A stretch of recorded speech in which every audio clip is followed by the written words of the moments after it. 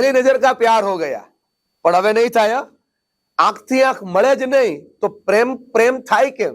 તમે જેને જોવો ને એ બધા જ ફોનમાં મથી રહ્યા છે, નજર ફોનની સામે છે, તો આંખથી આંખ કેમ મળશે? અને આંખથી આંખ મળે નહીં તો પ્રેમ થાય નહીં। એરપોર્ટ પર જઈએ ને ત્યારે એક નાનકડી એમથી જગ્યા હોય જેનું સ્મોકિંગ ઝોન નામ હોય, જ્યાં લોકો આદતથી પીડાયેલા લોકો હાથમાં સિગરેટ લઈને ઊભા હોય, એટલે સામાન્ય માણસોથી અલગ જઈ સિગરેટ પી અને પાછા સામાન્ય માણસોની સાથે આવે।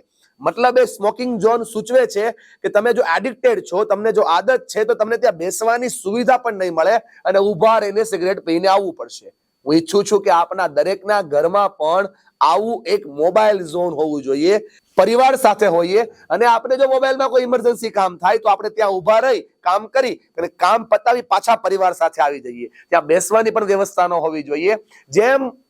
જેમ એરપોર્ટ પર સ્મોકિંગ ઝોન છે, એમ ઘરમાં જો મોબાઈલ ઝોન બનશે તો આપણા અને આપણા બાળકોનું ભવિષ્ય ઉજ્જવળ બનશે।